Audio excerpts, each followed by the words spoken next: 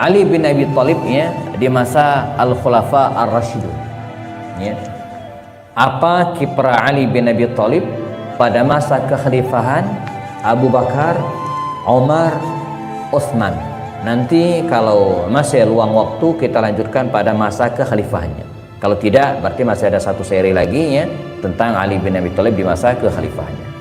Nah, bagaimanakah peran Ali bin Abi Thalib ya, atau posisi Ali bin Abi Thalib pada masa Al-Khulafa Ar-Rasyidun Abu Bakar, Umar dan Utsman? Bagian ini jamaah ya, penting untuk didetilkan ya, untuk meluruskan pemahaman sebagian masyarakat ya, yang keliru dengan menganggap tiga khalifah sebelumnya Abu Bakar, Umar, Utsman radhiyallahu anhum ini ya dianggap telah merampas kekhalifahan dari Ali bin Abi Thalib. Ini pandangan sesat orang-orang Syiah.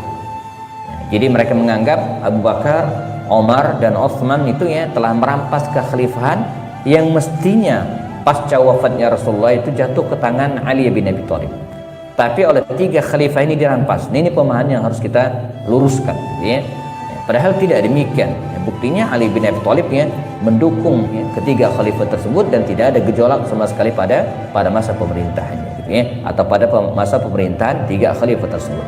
Bahkan kalau kita telusuri sejarah lebih detail ya, bagaimana ketiga khalifah tersebut begitu dekat dengan Sayyidina Ali bin Abi Thalib radhiyallahu anhu ya.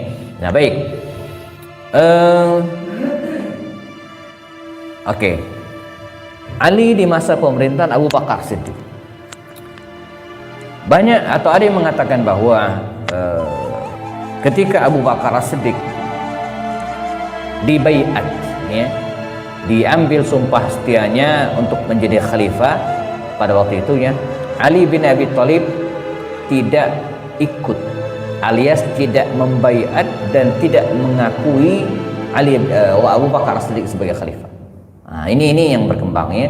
Bahkan mereka menuduh Abu Bakar Siddiq telah merampas kekhalifahan tersebut dengan membiarkan Ali bin Abi Thalib mengurus jenazah Rasulullah, sementara Abu Bakar Siddiq dibaiat di Saqifah Bani Sa'idah. Pernah kita bahas. Nah, ini opini yang berkembang gitu kan. Nah, padahalnya tidak demikian ya. Dikisahkan Dr. A'id Al-Qarni dan Muhammad Hashim Al-Hamdi yang mengutip pidato Ali bin Abi Thalib saat wafatnya Abu Bakar Siddiq, dia mengatakan, Allah menghormatimu wahai Abu Bakar, engkaulah orang yang pertama yang memeluk Islam. Nah, maksudnya dari kalangan dewasa ya. Orang yang paling ikhlas dalam beriman, orang yang paling kuat keyakinannya, dan engkau membenarkan Islam saat orang-orang mengingkarimu, engkau mendermakan harta saat orang lain kikir ya. Nah, ini kalimat-kalimat yang disampaikan oleh Ali bin Abi Thalib ya, kepada Abu Bakar Siddiq setelah dia menjadi khalifah ya. Jadi kalau kita ambil kesimpulan, ulama ahlu sunnah wal jamaah sepakat bahwa Ali bin Abi Thalib itu ya membaiat dan mengambil atau mengakui ya, kekhalifahan Abu Bakar Siddiq. Yang mereka berbeda pendapat tentang timingnya, tentang waktunya kapan. Nah, ya, bahwa Ali bin Abi Thalib mengakui kekhalifahan Abu Bakar Siddiq, yes. Tapi kapan beliau ya, menjabat tangan Abu Bakar Siddiq dan mengakui kekhalifahan tersebut, fihi khilaf. Ini terjadi perbedaan pendapat di kalangan sejarawan.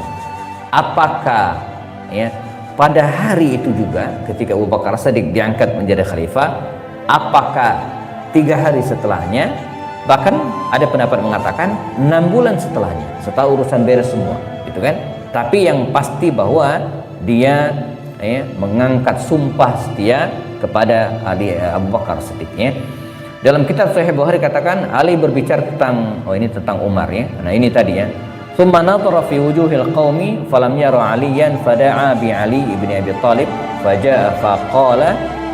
Jadi ketika Abu Bakar Siddiq menjadi khalifah ya, lalu nadhara fi wujuhil qaum, Abu Bakar Siddiq ini melihat ya, orang-orang ya, di depannya. Jadi Abu Bakar Siddiq itu kan ketika Nabi meninggal jamaah sempat tertunda pemakamannya kan 2 hari. ya, pemakaman jenazah Rasulullah. Pertama karena mayoritas sahabat Rasulullah tidak mau tidak yakin kalau Nabi wafat, yakin aja enggak gimana mau dimakamin ya. Yang kedua, mereka harus menyelesaikan kepemimpinan sementara hari waktu itu sudah sore. Maka Abu Bakar Siddiq dibaiat di Saqifah Bani Sa'idah, lalu kemudian diarak ke Masjid An-Nabawi dan berlangsunglah baiat secara umum ya. Nah, ketika melihat orang-orang tersebut, dikisahkan dalam kitab Ibnu Asakir, "Tsumma nadhara fi wujuhil qaumi", kemudian Abu Bakar Siddiq melihat orang-orang di hadapannya, falam yara Aliyan, tapi dia tidak melihat Ali. Dia tidak melihat Ali. Fada'a bi Ali bin Abi Thalib faja'a faqala qultu ya ibnu ammi Rasulillah sallallahu alaihi wasallam. Qulta ibnu ammi Rasulillah sallallahu alaihi wasallam wa kunta ala ibnati aradtu an tashqa asa al-muslimin qala la tathriba ya khalifata Rasulillah sallallahu alaihi wasallam fabaya'ahu. Kemudian kata Abu Bakar Siddiq, wahai ibnu ammi Rasulullah, wahai sepupu Rasulullah ya, apakah engkau ingin mengkhianati ya putri Rasulullah SAW? Apakah engkau ingin antasyuqqa asal muslimin, ingin memecah belah kekompakan kaum muslimin? Maka Ali bin Abi Thalib menjawab, la tathriba ya khalifata Rasulullah, tidak ada hal itu wahai Rasulullah, wahai khalifah Rasulullah. Fabaya'ahu. Nah, jadi kalimat di ujung itu saya kutipkan Arab langsungnya ya jemaah. Fabaya'ahu. Lalu Ali bin Abi Thalib membaiat Abu Bakar. Nah, ini dikutip dalam kitab Tarikh Ibnu Asakir halaman sekian, di mana dalam riwayat ini Ali bin Abi Thalib membaiat, mengakui Abu Bakar Siddiq sebagai khalifah pada hari dia dibaiat.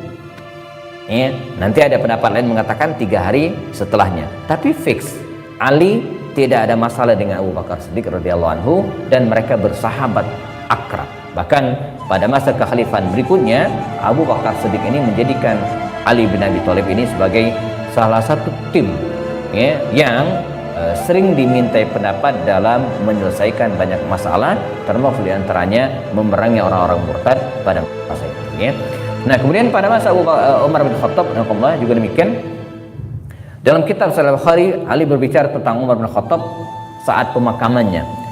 Tidak ada orang yang lebih kuinginkan untuk menemui Allah ya dengan amal yang sama dengannya daripada wahai Umar bin Khattab ya. Demi Allah, aku benar-benar yakin Allah menjadikanmu bersama kedua sahabatmu, yaitu Rasulullah dan Abu Bakar, karena aku sering mendengar Rasulullah bersabda, aku pergi bersama Abu Bakar dan Umar, dan aku benar-benar yakin Allah menjadikanmu bersama mereka berdua. Nah, ini ungkapan Ali bin Abi Thalib ya, terhadap sosok Abu Bakar. Ini tidak ada permusuhan ya.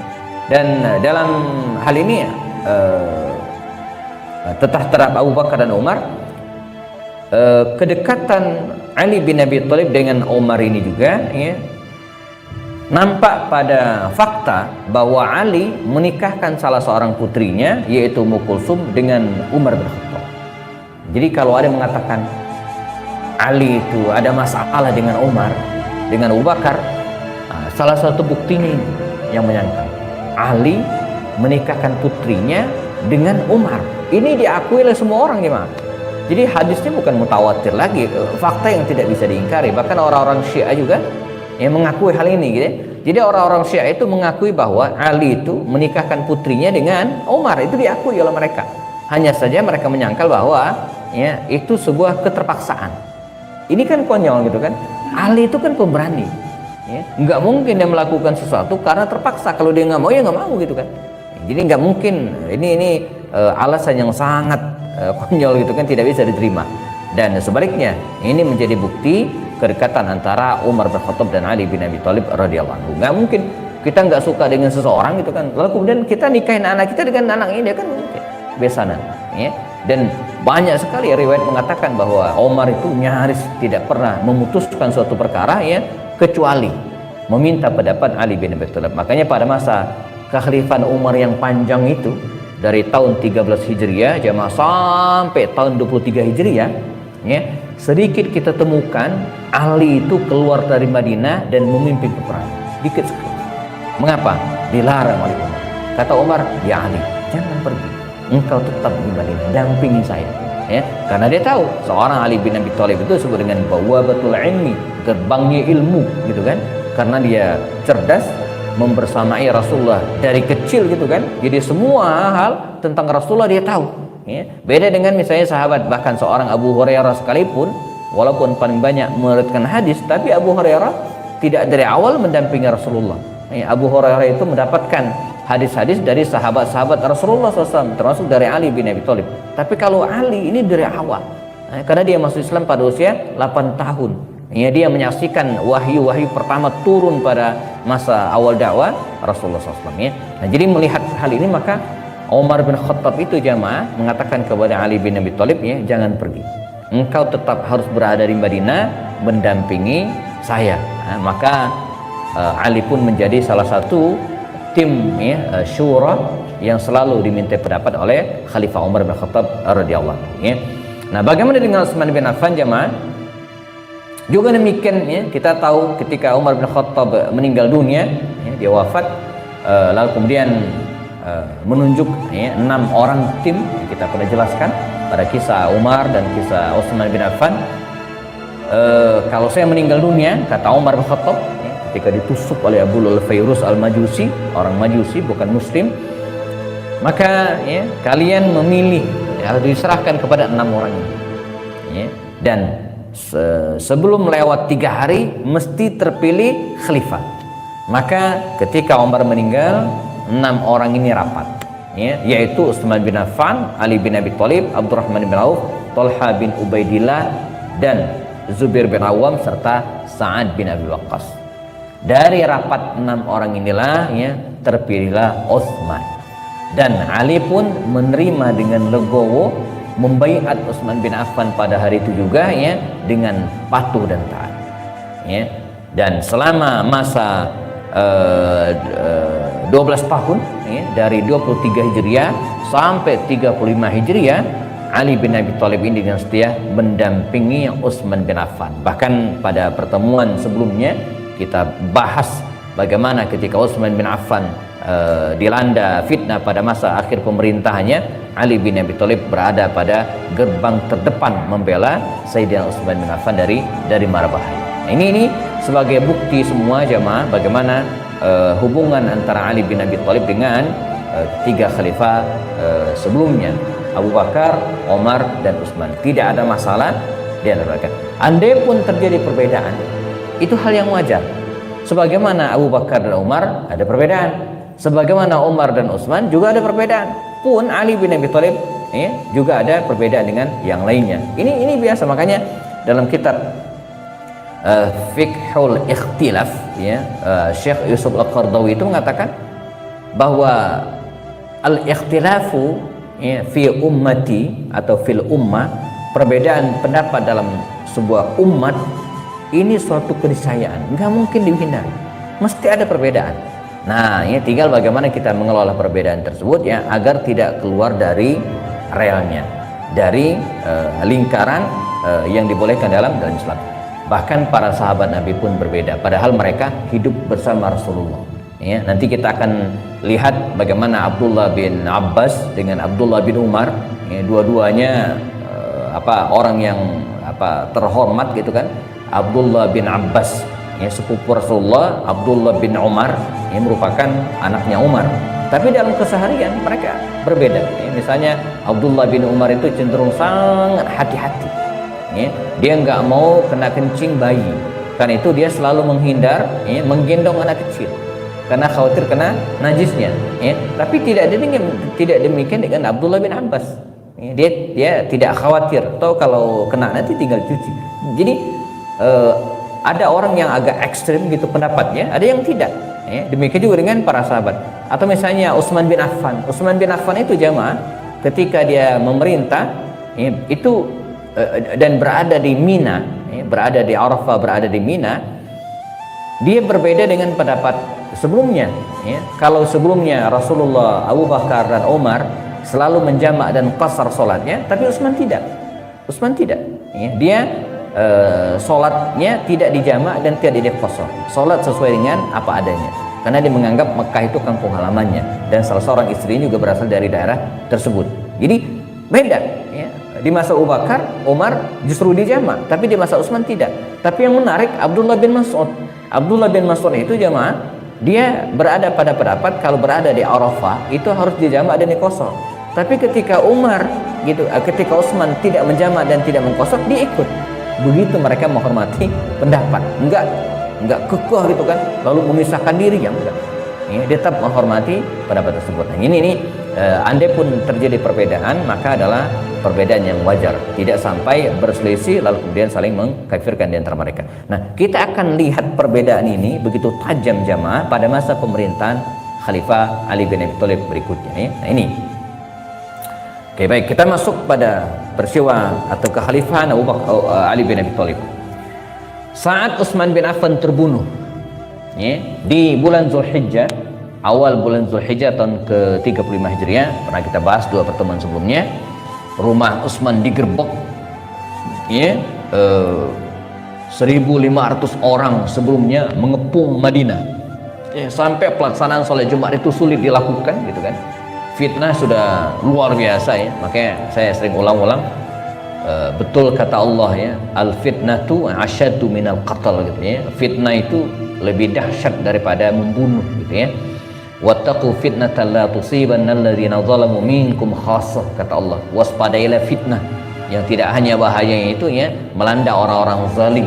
Jadi kalau fitnah sudah menyebar jemaah, maka yang kena itu bukan hanya orang-orang zalim, tapi siapapun kena gitu kan. Orang-orang soleh pun kena gitu kan. Jadi fitnah kalau sudah menyebar itu dahsyat luar biasa ya. Kita sulit membedain gitu ya, mana benar mana salah gitu kan, mana orang soleh mana orang toleh, mana ustadz, mana dukun gitu ya, sulit kita bedakan ya.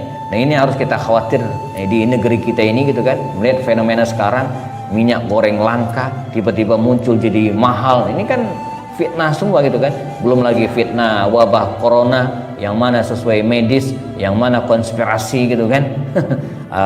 Saya mikir beberapa hari lalu dan bandingkan dengan kondisi hari ini, alhamdulillah fitnah yang luar biasa gitu kan. Di samping rumah saya itu masjid ya, tapi kita sholatnya di rumah gitu kan 2 tahun lalu ya. Bahkan sholat Idul Fitri dalam sejarah kehidupan saya ya, di tahun 2020 itu luar biasa ya. Kalau 2019 saya khutbah di depan 1.000 jamaah ya, di lapangan Masjid Al-Hidayah Bukit Cemanggu City itu 1.000 lebih, mereka sholat numpuk di situ, saya khotibnya. Tapi di 2020 karena gara-gara corona ini ya, saya khutbah cuman di depan 10 orang karena hanya di rumah, di teras rumah saja ya. Nah, ini fitnah luar biasa ya. Sholat berjamaah mestinya kita mepet, kemudian dijarang-jarangin gitu kan. Setiap ketemu saudara kita ya, al-ibtisamu ala wajhi akhi kasratah, kita harus lemparkan senyum paling ramah kita. Hari ini kita harus menutup, nggak ketahuan ini kita sedang dinyinyirin atau sedang disenyumin, nggak ketahuan. Ini fitnah luar biasa gitu kan. Nah, kadang kita susah bedain gitu kan, mana fitnah dan mana yang disebut dengan konspirasi gitu kan. Makanya kita harus sering-sering berdoa itu kan, Allahumma ya muqallibal qulub tsabbit qulubana ala dinik ya. Ya Allah, wahai yang membolak-balikkan hati ya, tetapkanlah hati kami dalam agamamu ya. Nah, Utsman bin Affan dilanda fitnah luar biasa dan pada puncaknya dia terbunuh jamaah, diserbu rumahnya dan meninggal di tempat, tangannya putus, jari jemarinya rontok dan dia syahid dalam keadaan sedang membaca Al-Quran ya. Dia syahid, meninggal dunia dalam keadaan sedang membaca Al-Quran. Maka para sahabat melihat setelah syahidnya Utsman bin Affan, siapakah yang akan menjadi khalifah penggantinya, dan mereka melihat tidak ada satu orang pun yang pantas menggantikan Utsman sebagai khalifah kecuali Ali bin Abi Thalib. Maka Ali bin Abi Thalib pun ya dibaiat ijma'us sahabah ya untuk menjadi khalifah pengganti Utsman. Ya, makanya dalam teori pergantian kepemimpinan itu ya dalam Islam minal mutaghayyirat, bukan hal yang bagus ya. Jadi pergantian pemimpin dari A ke B, B ke C itu nggak baku, Pak. Bahwa kita harus milih pemimpin, yes. Tapi tata caranya itu dalam Islam ya nggak baku. Ya, sesuaikan dengan kondisi dan pilihan masing-masing. Ya, termasuk diantaranya ketika Rasulullah wafat, ya, Abu Bakar dipilih dengan cara syura. itu pun terbatas, tidak melibatkan banyak kaum muslimin. Di Saqifah Bani Sa'idah hanya beberapa orang, ya. Jadi sekian belas orang lah waktu itu, ya, atau 20-30 orang, ya. Kemudian dari Abu Bakar ke Umar nggak ada pemilihan. Nah, justru surat wasiat, ya, Abu Bakar wafat, bacain surat, selesai, Umar jadi khalifah. Nggak ada pemilihan gitu, ya. Nah, Umar ke Utsman tadi kita kisahkan cuma 6 orang yang rapat, ya, tim ini, dan terpilih Utsman. Kalau ini aklamasi, ya. Jadi kayak kita apa, ini kalau pemilihan ketua DKM ini pakai apa tuh? Nyoblos atau aklamasi? Apa? Penunjuk. Iya, sama ini. Ente jadi selesai gitu kan. Itu namanya aklamasi, ya. Itu yang paling mudah, ya. Biasanya kalau belum begitu banyak jemaahnya dan ini, ya, itu bisa dilakukan, ya. Sama kalau kita jalan-jalan itu kan dianjurkan harus ada ininya, ya, pemimpinnya gitu kira-kira, ya. Jadi ditunjuk aja. Jadi kalau mau milih dulu ya kapan berangkatnya gitu, ya. Itu juga diperkenankan. Ijma' para sahabat atas pembaiatan Sayyidina Ali bin Abi Thalib, ya, termasuk sahabat Nabi yang belakangan terjadi tragedi, ya, yaitu Thalhah bin Ubaidillah dan Az-Zubair bin Awwam. Nah, di sinilah jemaah, ya, hari-hari Ali bin Abi Thalib ini ketika menjadi khalifah ini dilewati dengan berbagai peristiwa, ya. Jadi Ali ini ketika menjadi khalifah jemaah, dia mewarisi situasi yang sangat tidak kondusif, ya, sangat-sangat tidak kondusif. Saya jadi merenung di Indonesia ini selepas Pak Jokowi, ya, nah, kalau tidak 3 periode atau ditambah 2 tahun, ya, ya akan mewarisi banyak PR gitu kan. Ini dahsyat gitu, ya. Mesti orang-orang yang betul-betul kuat, ya. Kalau tidak negara kita akan semakin anjlok gitu, ya. Harga sembako yang meningkat, belum lagi, ya, debat IKN, ya, jadi pindah atau tidak. Nah, sudah diputuskan pindah, nanti bangunnya ini kan PR presiden next berikutnya gitu, ya. Ali bin Abi Thalib itu ketika dia menjadi khalifah, ya, dia mewarisi situasi yang sangat berat, ya. Mewarisi berada dalam umat, berada dalam fitnah gitu kan.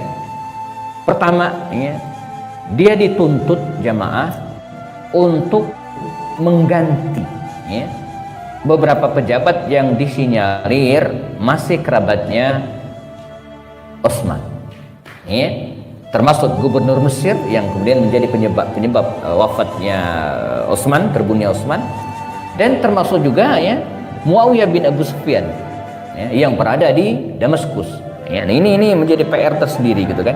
Ini PR pertama Ali. Dia dituntut untuk memilih mengganti para pejabat. Ada 26 pejabat daerah waktu itu, ya, baik wali kota, ya, ataupun gubernur gitu, ya. Ya mirip-mirip lah dengan Jawa Barat. Jawa Barat kan sekitar segitu juga. Nah, ini PR pertama, ya.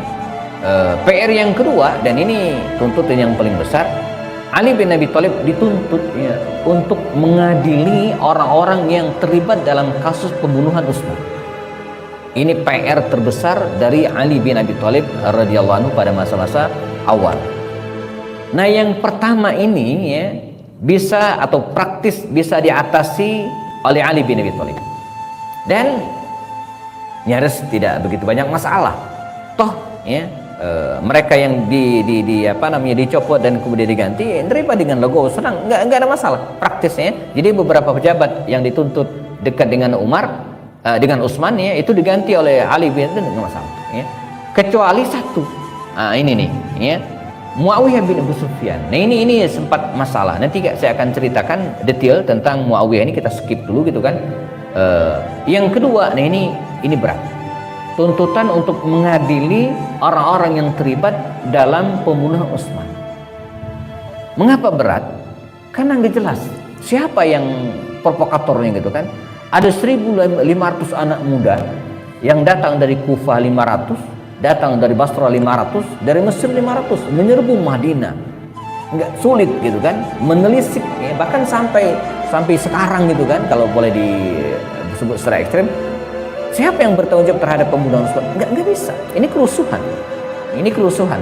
Muhammad bin Abu Bakar As-Siddiq, Enggak bisa, karena dia sudah ngangkat tangan dan berlepas diri, saya tidak ikut, dan kemudian pedang saya tidak pernah sedikit pun menyentuh tubuh Utsman bin Affan. Bahkan pada peristiwa pembunuhan tersebut dia tidak berada di tempat kemudian pergi.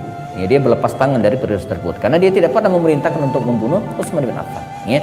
Nah, ini sulitnya. Tapi tuntutan terus ada, jarakumullah, termasuk diantaranya tuntutan dari Basrah. Ya. Jadi di antara yang menuntut itu adalah Aisyah. Aisyah radhiyallahu anha, istri Rasulullah yang juga merupakan putri Abu Bakar Siddiq. Saat itu dia berada di Basrah, dan kemudian ingin pergi menemui Ali bin Abi Thalib, dan serta bersamanya dua orang sahabat mulia Rasulullah yang telah membaiat Ali sebagai khalifah. Jadi clear, tuntutan mereka bukan agar Ali mundur dari kekhalifahannya dan digantikan, bukan. Mereka hanya ingin menuntut dan mendesak Ali agar segera mengadili orang-orang yang terlibat dalam pembunuhan Utsman bin Affan.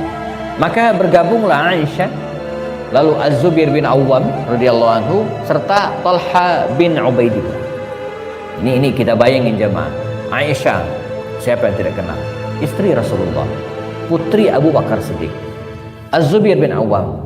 Az-Zubair bin Awwam ini termasuk satu di antara 10 sahabat dijamin masuk surga. Nanti kita akan bahas khusus tentang Az-Zubair bin Awwam ini. Yang berikutnya Talha bin Ubaidillah juga demikian. Jadi Talha bin Ubaidillah dan Az-Zubair bin Awwam ini adalah dua di antara sahabat Nabi yang dijamin masuk surga. Minal asyrat mubasysyirin bil jannah. Jadi clear, ini orang-orang mulia, orang-orang yang disebutkan oleh Rasulullah SAW dalam banyak hadis, dan ini mutawatir, min ahlil jannah mubasysyiruna bil jannah, orang-orang yang tidak pernah absen dari perjuangan bersama Rasulullah. Minas sabiqina awal, ini orang-orang masuk Islam di awal-awal semua ini. Zubair bin Awwam, Talha ini masuk Islam di awal-awal. Jadi mereka mendatangi Ali bukan untuk membunuh, bukan untuk menggantikannya dari kekhalifahan, bukan, tapi ingin mengklarifikasi dan meminta Ali untuk mengadili orang-orang yang terlibat dalam pembunuhan Utsman. Maka berangkatlah mereka dari Basrah jemaah, dan karena berangkatnya terang-terangan gitu lewat darat pula, jalan pakai unta gitu kan, maka masa semakin lama semakin banyak, kan. Jadi kalau saya bayangkan sekarang, misalnya contoh saja saya di Indonesia, tokoh oposisi pemerintah kira-kira yang sangat fenomenal dan banyak masa, siapa misalnya? Kalau Habib Rizik di penjara, yang bisa. Siapa lah misalnya? Ada tokoh yang dianggap sebagai representasi, atau Rocky Gerung misalnya, enggak juga sih, yang dianggap sebagai oposisi pemerintah. Nah, dia jalan jamaah dan terus jamaah di belakangnya terus bertambah, orang-orang terus bertambah, dan sampailah ketika mereka mendekati Madinah, dan kemudian Ali bin Abi Thalib mendengar peristiwa ini, digosok lagi oleh orang-orang yang tidak berkepentingan atau berkepentingan agar kaum muslimin pecah. Bahkan pada saat ini ada seorang tokoh yang tadinya Yahudi, di masa Utsman bin Affan dia masuk Islam dan menyebarkan fitnah kemana-mana, namanya Abdullah bin Sabah, dan dialah yang menjadi biang kerok dari semua masalah ini. Dia sendirian memang gitu kan, tapi lisannya itu sangat berbisa. Dia pindah dari satu kota ke kota yang lain, dia pindah dari Mesir ke Basrah ke Kufah dan yang lainnya, berusaha untuk memprovokasi massa pada waktu itu. Nah, dibisikkanlah kepada Ali bin Abi Thalib, ada pasukan besar yang akan menyerbu kekhalifahan Ali bin Abi Thalib. Dan Ali bin Abi Thalib ini jemaah, tipenya itu emang beda. Maka nanti kita akan berkenalan dengan Muawiyah bin Abu Sufyan, di mana dia bisa menyelesaikan konflik itu tanpa darah. Ali ini kan dalam dirinya ini mengalir ruhul askari gitu kan, jiwa militer.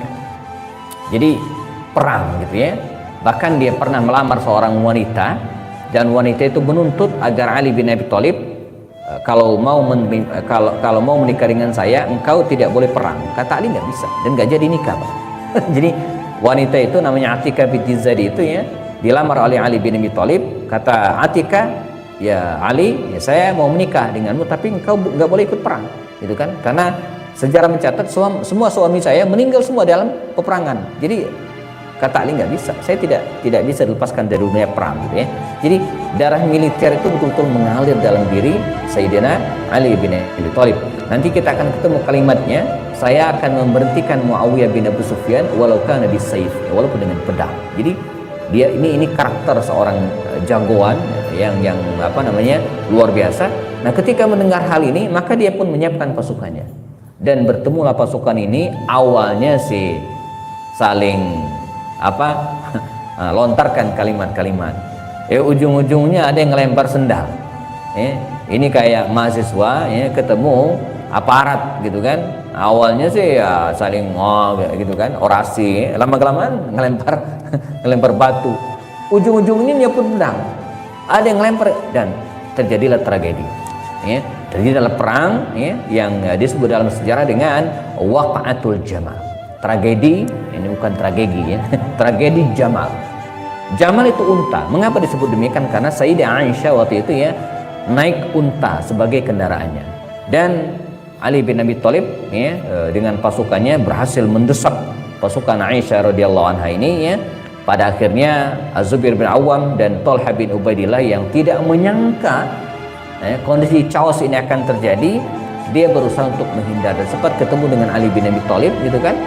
Dia kemudian keduanya terpisah, mereka lari ke belakang dan berusaha untuk menenangkan massa gitu kan agar tidak terjadi peperangan, tapi tidak bisa dikendalikan lagi. Dia lari ke belakang, salah seorang anak yang berada di pihak Ali bin Abi Thalib yang mengejar keduanya, dilemparkan dengan anak panah berkali-kali dan syahidlah Az-Zubair bin Awam dan Thalhah bin Ubaidillah pada peristiwa tragedi Jamal. Mereka meninggal dunia dan Ali menangis sedih atas wafatnya dua orang mulia ini. Bahkan Ali bin Abi Thalib mengatakan, ya laha, katanya, sungguh kalau boleh berharap saya meninggal 20 tahun sebelumnya, kata Ali bin Abi Thalib, sehingga tidak menyaksikan peristiwa ini. Aisyah radhiyallahu anha akhirnya dengan tangannya sendiri gitu kan, Ali bin Abi Thalib menuntun unta Aisyah dan kemudian diamankan. Ali bin Abi Thalib menjamin keamanan Sayyidah Aisyah, dibawa ke Madinah Al-Munawwarah dan kemudian setelah itu dilepaskan. Nah, belakangan orang-orang Khawarij itu mengkritik Ali bin Abi Thalib. Mengapa engkau melepaskan tawanan wanita padahal dia adalah tawanan? Kata Ali bin Abi Thalib, ini mertua saya gitu kan, masa menantu menawan mertua? Begitu orang-orang Khawarij. Nanti mereka membunuh Ali bin Abi Thalib pada kisahnya. Nah, jadi selesai peristiwa ini. Dan apakah masalah selesai? Tidak. Ali bin Abi Thalib berada pada dua tuntutan. Dia diminta untuk mengadili orang-orang yang terlibat dalam pembunuhan Utsman, yang kemudian harus mengganti beberapa pejabat. Nah, di antara yang harus diganti, yang lain sudah diganti semua, adalah Muawiyah bin Abu Sufyan. Muawiyah bin Abu Sufyan ini jamaah, kita teruskan dikit lagi. Muawiyah bin Abu Sufyan ini jamaah gubernur. Dia masuk Islam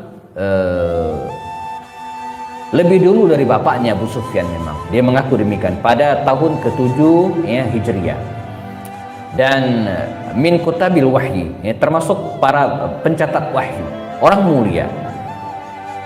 Di masa Umar bin Khattab, diangkat oleh Umar menjadi gubernur wilayah Syam, wilayah paling luas di antara sekian banyak wilayah pada waktu itu. Hari ini meliputi 4 negara, Pak. Palestina, Yordania, Lebanon, dan Suriah. Dulu satu wilayah kegubernuran, provinsi, dan gubernur yang Muawiyah bin Sufyan. Umar tuh kalau melihat cacat sedikit pun pada pejabatnya, mesti dipecat, diganti.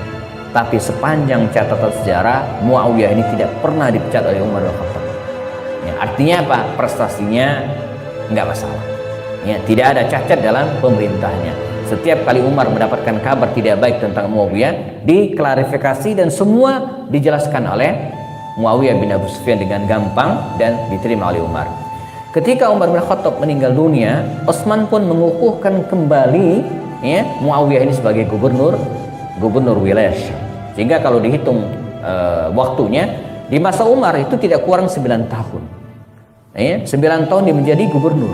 Di masa Utsman itu 12 tahun. Berapa tuh? 12 tambah 9 berapa? 21 tahun, Pak. Ya, 21 tahun dia menjadi gubernur. Ya, 4 kali pilkada, gitu kan. Jadi kekuasaannya itu betul-betul sudah mengakar di wilayah Syam. Jadi orang-orang Syam itu udah apa kata dia? Ya, apa kata dia?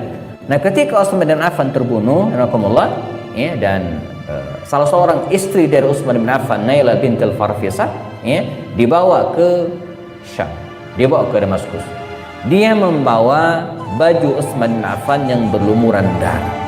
Bahkan ada kisah mengatakan, ya, dibawa juga kelingkingnya Utsman bin Affan waktu itu, ya, yang masih tersisa tersangkut di baju tersebut, dan ya, digantungkan di Masjid Damaskus, Suriah. Tentu ini membakar kemarahan masyarakat Syam, ya, atas terbunuhnya Utsman bin Affan. Karenanya kata Muawiyah bin Abi Sufyan, ya, kita akan mengakui, gitu kan, kekhalifahan Ali bin Abi Thalib bisyarat, dengan syarat tuntaskan kasus pembunuhan Utsman. Tuntas, kita akan akui. Kalau tidak, berarti belum selesai urusannya. Begitu kira-kira, ya.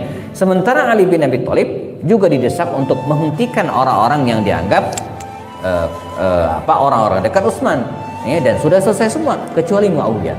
Maka kata 2 kali Ali bin Abi Thalib mengirimkan utusan ke Damaskus, ya, untuk memberhentikan Muawiyah bin Abu Sufyan. Dan Muawiyah bin Abi Sufyan selalu menjawab, saya akan mengakui Anda sebagai khalifah dan akan turun dari jabatan dengan syarat setelah kasus Utsman diselesaikan. Ini masing-masing dengan ijtihadnya, gitu kan, masing-masing dengan tuntutannya, gitu kan. Nah, dalam kondisi demikian fitnah terus merebak, dan pada akhirnya Ali tetap ngototnya sebagaimana tuntutan masyarakat untuk memberhentikan, ya, Muawiyah bin Abi Sufyan terus, dan pada akhirnya masing-masing menyiapkan pasukan. Muawiyah menyiapkan pasukan tidak kurang dari 35.000 tentara, dan Ali bin Abi Thalib menyiapkan pasukan dari Madinah dan Kufah tidak kurang dari 45.000 tentara, dan bertemulah, ya, kedua pasukan besar ini di sebuah lembah Sungai Efrat yang dikenal dengan Lembah Siffin. Ya, di seberang sini pasukan Ali bin Abi Thalib, dan di seberang sini pasukan Muawiyah bin Abi Sufyan. Mereka hanya dihalangi oleh sungai tersebut, Sungai Efrat. Waktu itu di bulan Muharram, ya, bulan Muharram nggak boleh perang, ya, bulan Muharram tidak boleh perang. Itu ada kejadian yang lucu, di mana kedua pasukan Muslim semua, ya, itu wudhu sama-sama, ngobrol sama-sama, gitu kan, di Sungai Efrat tersebut. Padahal dua pasukan yang sedang berseteru, gitu kan, ya. Jadi, ya, di pihak kaum muslimin ada Ammar bin Yasir, ada sahabat Abdullah bin Umar, dan seterusnya, itu kan. Sementara di pihak Muawiyah ada Ammar bin As, ada juga sahabat-sahabat Nabi yang lain. Ini masih banyak para sahabat Nabi pada waktu itu, ya. Dan Ali bin Abi Thalib yang mengirimkan surat kepada Muawiyah dan menukar utusan, pada akhirnya, ya, mereka tidak mencapai kata sepakat. Terakhir kata Ali bin Abi Thalib mengirimkan surat kepada Muawiyah, ya, kata Ali bin Abi Thalib, daripada kita mengorbankan 45.000 orang ini perang, 35 lawan 45.000, ya, kata Ali bin Abi Thalib mengirimkan surat kepada Muawiyah, ya, saya ingin ketemu 4 mata, berdua saja, dan difasilitasi. Maka ketemulah Ali bin Abi Thalib dengan Muawiyah bin Sufyan, tapi tidak berdua, bertiga, ya. Muawiyah minta temanin dengan Amr bin As, maka jadilah mereka di sebuah tenda yang bertemu 3, Ali bin Abi Thalib, Muawiyah bin Sufyan, dan Amr bin As. Kata Ali bin Abi Thalib kepada Muawiyah, ya Muawiyah, daripada kita mengorbankan sekian banyak orang ini untuk perang, gitu kan, bagaimana kalau kita berdua yang berkelahi? Siapa yang menang, dia jadi khalifah, dia yang jadi pemimpin. Kata Amr bin As, boleh juga, saya jadi saksinya, gitu kan. Tapi Muawiyah tidak mau, gitu kan.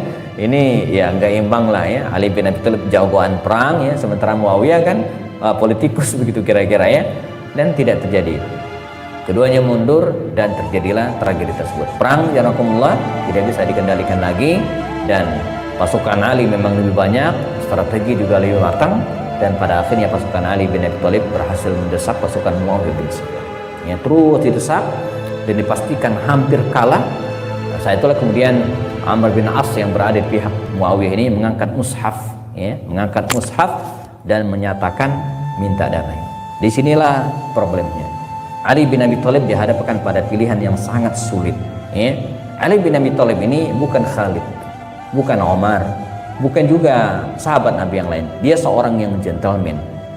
Kalau kita berandai dalam posisi tersebut Khalid, ya, Khalid berada dalam posisi Ali, mungkin ceritanya beda.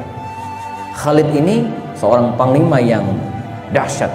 Ya, dia tahu dan yang bicara adalah fakta, dia bukan nurani gitu kan. Dalam kondisi demikian dia tahu bahwa ini taktik musuh, ya. Ini kayak main catur, Pak, main catur nih ya, udah mau kalah, ini disenggolin papan catur berantakan semua, nggak jadi kalah gitu kan, begitu kira-kira, ya. Amr bin As tahu strategi itu, maka dia mengangkat mushaf gitu kan, minta damai, ya. Ali tahu sebenarnya itu taktik musuh, maka saya sampaikan kalau Khalid yang berada dalam posisi dia dihajar habis itu. Pasti gitu kan, itu karakter Khalid, tidak ada kata ampun gitu kan. Tapi Ali ini bukan Khalid, dia tahu musuh sudah mengangkat mushaf minta damai, nggak mungkin dia meneruskan peperangan gitu kan, nggak mungkin, walaupun tahu itu taktik musuh. Maka dia cut anak buahnya dan peperangan berhenti. Maka hari-hari berikutnya ya terjadilah arbitrase tahkim, ya. Ali bin Abi Thalib mengutus Abu Musa al-Asy'ari, sementara Muawiyah mengutus, ya, Amr bin As. Itu pun ya semi tidak mendapatkan kesepakatan, ya, dan fitnah terus merebak, dan pada akhirnya dari pasukan Ali bin Abi Thalib ini jamaahnya terbentuklah 3 kelompok. Kelompok pertama orang-orang yang bersikekeh berada dalam pihak Ali bin Abi Thalib dan mempertahankan Ali apapun yang terjadi. Ali yang benar, ya, yang lain salah. Yang kedua, ya, orang-orang yang mundur dari percaturan politik dan kekuasaan, termasuk diantaranya Sa'ad bin Abi Waqqas, Abdullah bin Umar yang lainnya. Mereka mundur, ya, bukan berarti tidak mundur daripada fitnah terus menyebar, dia mundur, ya. Untuk berikutnya dia tidak aktif lagi dalam dunia politik dan kekuasaan seperti ini, ya. Nah, yang ketiga ini menarik, dia berada dalam pihak Ali, ya, dan memusuhi Muawiyah, oke, ya. Tapi karena melihat Ali melakukan kesalahan, gitu kan, mengangkat peperangan karena sudah mau menang, kecewa. Orang-orang ini keluar kharijun dan membuat komunitas sendiri yang belakang dikenal Khawarij. Khawarij itu orang-orang yang keluar dari barisan Ali bin Abi Thalib. Ini terus berkelompok, ya, melakukan koordinasi, dan mereka sepakat pada titik, ya, bahwa carut marut kekuasaan, carut marut politik, carut marut kaum muslim ini yarji'u, ini disebabkan karena 3 orang, yaitu Ali bin Abi Thalib, Muawiyah bin Abu Sufyan, dan Amr ibn As. 3 orang ini penyebabnya. Karena itu, ya, 3 orang ini harus dibunuh, baru urusan beres. Maka sepakatlah orang Khawarij ini zaman sekolahnya untuk, ya, membunuh 3 orang ini. Maka ditunjuklah 3 eksekutor. Yang pertama Hajjaj bin Abdullah, ya, untuk membunuh Muawiyah di Damaskus. Yang kedua, ya, Amr bin Abu Bakar At-Tamimi untuk membunuh Amr bin As. Yang ketiga adalah Abdurrahman bin Muljam untuk membunuh Ali bin Abi Thalib. Mereka sudah sepakat waktunya 17 Ramadan tahun 40 Hijriah di hari Jumat dini hari subuh, ya, sepakat. Maka 3 orang ini, Hajjaj bin Abdullah berangkat ke Syam untuk mengeksekusi membunuh Muawiyah bin Abu Sufyan. Amr bin Abu Bakar At-Tamimi berangkat ke Fustat, Mesir, ya, untuk membunuh Amr bin As, dan Abdurrahman bin Muljam, ya, berangkat ke Kufah untuk membunuh Ali bin Abi Thalib, ya. Kita ceritakan satu-satu secara ringkas, ya. Hajjaj bin Abdullah dia pergi ke Damaskus, diintai Muawiyah bin Abu Sufyan. Muawiyah bin Abu Sufyan dini hari berangkat dari rumahnya menuju ke Masjid Agung Damaskus, Suriah. Sampai hari ini masjid masih ada. Di tengah perjalanan dicegat oleh Hajjaj bin Abdullah ini dengan pisau beracun yang ganas gitu kan, dan ditusuklah Muawiyah bin Abu Sufyan.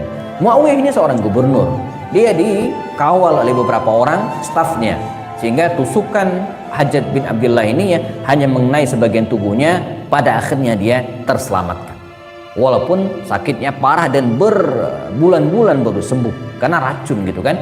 Bahkan ada kabar mengatakan tabib yang memeriksa Muawiyah waktu itu yang mengatakan ini sangat berbahaya, Anda harus melakukan 2 hal, ya. Luka yang ditusuk itu harus disundut pakai besi al-kait gitu kan, besi panas untuk menghalau racun tersebut, atau Anda minum obat yang sangat pahit. Tapi risikonya Anda bisa mandul, tidak bisa melahirkan keturunan lagi. Maka Muawiyah memilih yang kedua. Ya, dia takut dengan besi panas, Pak. Ya, maka dia memilih obat jamu yang sangat pahit dan risikonya dia tidak bisa memberikan keturunan. Maka setelah itu dikisahkan Muawiyah tidak memiliki keturunan lagi, tapi dia selamat dari pembunuhan tersebut. Sekarang Amr bin As. Amr bin Abu Bakar At-Tamimi berangkat ke Fustat, Mesir. Ya. Masalahnya dia nggak tahu yang mana Amr bin As, orang yang mau dibunuh itu. Ya. Dia dapat informasi bahwa itu adalah gubernur. Kalau datang ke masjid dia pasti jadi imam. Ya, maka sederhana. Ya, imamnya itulah gubernur. Dia duduk paling depan, Pak. Begitu imam masuk, ditusuk berkali-kali dan tewaslah imam tersebut. Ternyata itu bukan Amr bin As. Itu Kharijah bin Habitat, stafnya Amr bin As. Amr bin As waktu itu meriang, sakit, nggak ke masjid. Maka selamatlah Amr bin As. Terakhir kita tutup dengan kisah ini. Ali bin Abi Thalib, Abdurrahman bin Muljam ini sejak beberapa hari sebelumnya, 3-4 hari sebelumnya sudah berada di Kufah. Sudah memintai kebiasaan Ali bin Abi Thalib ini kapan kira-kira bisa dieksekusi. Dan mereka sepakat 17 Ramadan di hari Jumat 40 Hijriah. Ali bin Abi Thalib kemana-mana jamaah tidak pernah ada pengawal. Dia ke pasar sendirian, bergaul dengan masyarakat, tidak ada pengawal. Orang yang sangat sederhana. Termasuk pada dini hari itu, subuh dari rumahnya dia berangkat ke Masjid Agung Kufah sendirian tanpa pengawal.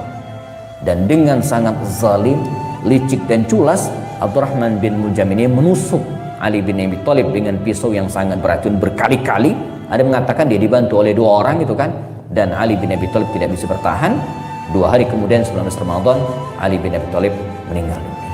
Ya, dia wafat di bulan Ramadan 19 dan dimakamkan di Kufah. Makanya 4 Khalifah Rasyidin itu, Abu Bakar, Umar di samping Rasulullah, Utsman di Baqi' Madinah, dan Ali terpisah sendiri makamnya ada di Kufah. Maka syahidlah ya Ali bin Abi Thalib ini jamaah di tangan Abdurrahman bin Muljam ya di tahun 40 Hijriah. Sebelum meninggal dunia, kita close sampai di sini ya, dia berwasiat agar yang menjadi khalifah setelahnya Hasan bin Ali. Maka dibayatlah Hasan bin Ali ya, anak tertuanya sebagai khalifah pengganti kaum muslimin, dan hanya bertahan 6 bulan. 6 bulan kemudian melihat kekisruhan dan fitnah luar biasa, dia menyerahkan kekhalifahan dengan sangat legowo kepada Muawiyah bin Abi Sufyan. Maka setelah itu Muawiyah yang menjadi khalifah, dan kondisi pun bisa normalkan kembali oleh Muawiyah. Segala kekisruhan bisa dipadamkan dan kaum muslimin mulai naik ya, menanjaki tangga kejayaannya, dan bertahan pemerintahan Muawiyah itu ya lebih dari 90 tahun ya. Pemerintahan Umayyah maksud saya, bukan Muawiyah. Kalau Muawiyahnya dari 41 Hijriah wafat 60 Hijriah, 20 tahun menjadi khalifah, 20 tahun jadi gubernur, 20 tahun jadi khalifah.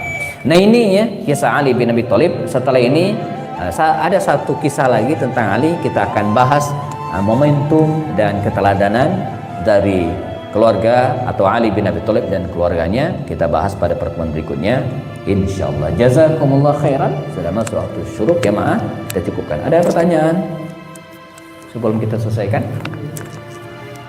Tidak ada ya? Baik, jika tidak ada, kita selesaikan dengan kafarat majlis. Subhanakallahumma wa bihamdika asyhadu an la ilaha illa anta astaghfiruka wa atubu ilaik. Assalamualaikum warahmatullahi taala wabarakatuh.